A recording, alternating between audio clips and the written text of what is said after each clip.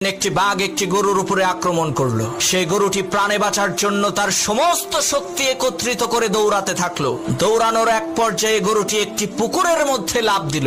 ঘটনাক্রমে সেই পুকুরের মধ্যে কোনো পানি ছিল না, শুধু ছিল কাদা। এদিকে গরুর পেছন পেছন বাঘটিও সেই পুকুরের মধ্যে ঝাঁপ দিল। এতে করে গরু এবং বাঘ দুইজনেই পুকুরের কাদার মধ্যে গলা পর্যন্ত আটকে গেল। তখন বাঘ রাগান্বিত কণ্ঠে গরুকে বলে উঠলো, ওই হারামজাদা, তুই আর লাফ দেওয়ার জায়গা পাইলি না?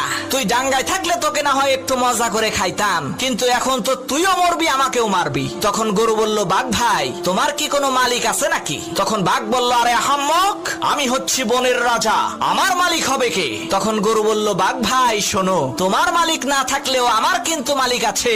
সন্ধ্যাবেলায় আমার মালিক আমাকে এখান থেকে উদ্ধার করে নিয়ে যাবে, আর লোকজন জড়ো করে আনন্দ উল্লাস করতে করতে তোমাকে পিটিয়ে মারবে।